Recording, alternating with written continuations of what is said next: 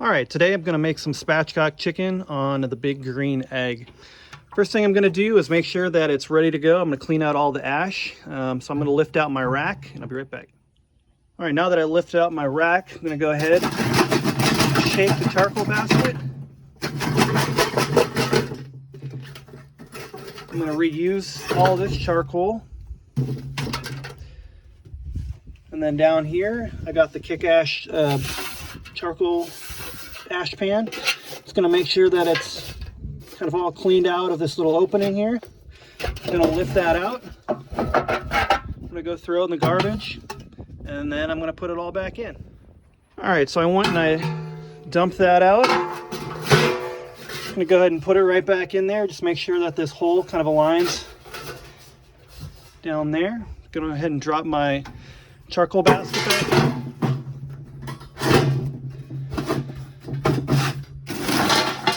That around. I'm going to go ahead and grab some more charcoal. I'm just using the Jealous Devil lump charcoal, and I'm going to go ahead and fill up my charcoal basket.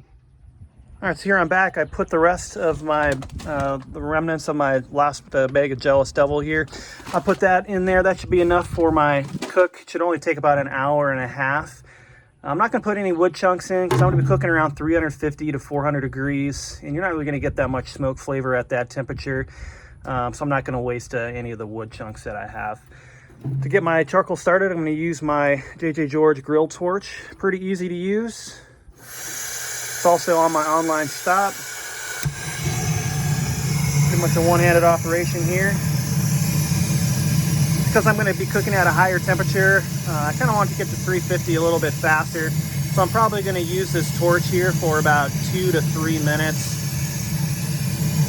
Just so I don't have to wait a long time to be able to get that grill up to temperature. I used to use just the natural Big Green Egg brand, the little square starters.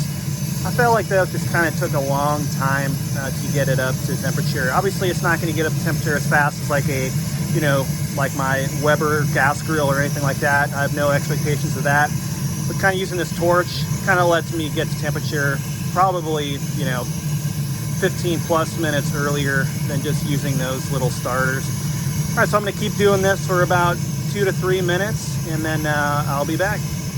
All right, so here we're back. It's probably been on here for about 3-ish minutes, maybe a hair longer. So as you can see, the center charcoal there is starting to get pretty hot. So I'm gonna go ahead and turn off my torch. Yeah, that's gonna be able to heat up a lot quicker. All right, well, that's starting to heat up. I'm gonna go ahead and take my drip pan. I'm gonna go ahead and coat it in 2 layers of aluminum foil.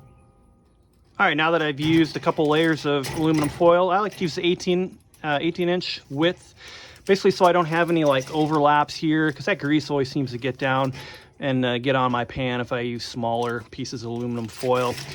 I have obviously my stack set up for indirect.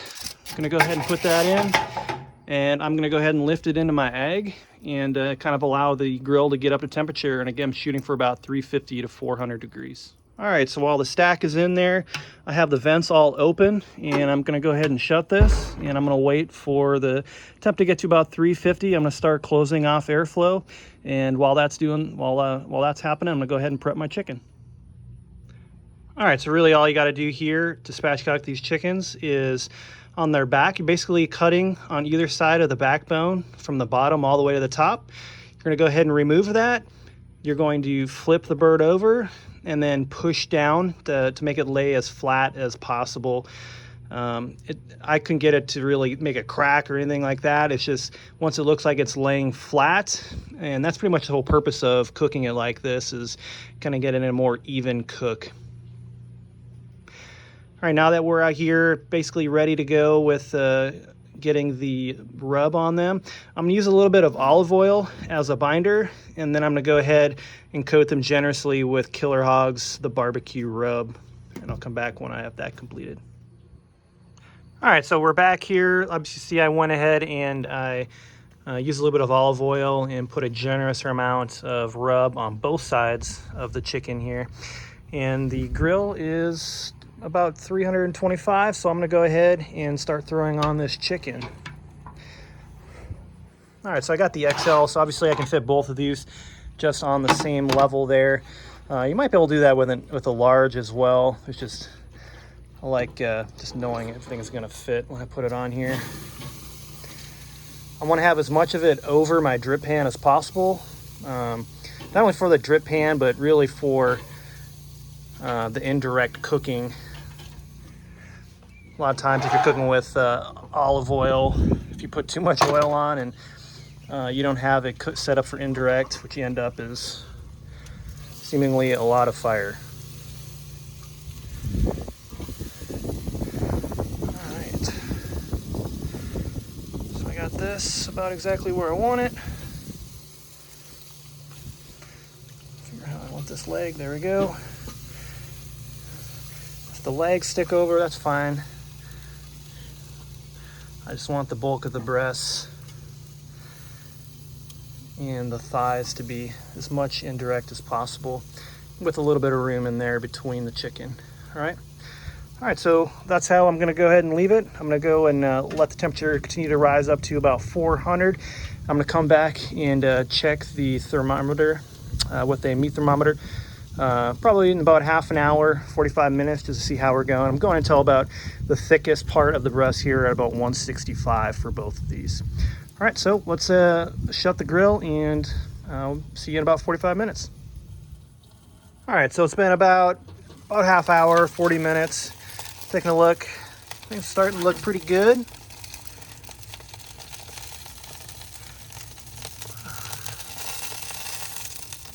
About 110. Side's a little bit hotter, 115, 110. So we got about at least another 30-ish minutes. So we'll check back in about 30 minutes. But overall, everything's looking pretty good. As you can see, the drip pan is having all that oil drip down, obviously from the chicken and the binder of olive oil that we use. But overall, things are looking pretty good. Check back in 30 minutes. All right, here we're back about another 30-ish minutes. Definitely looking a lot better.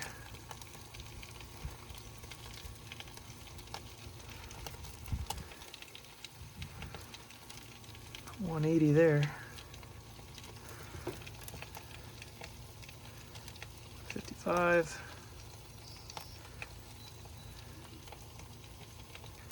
55.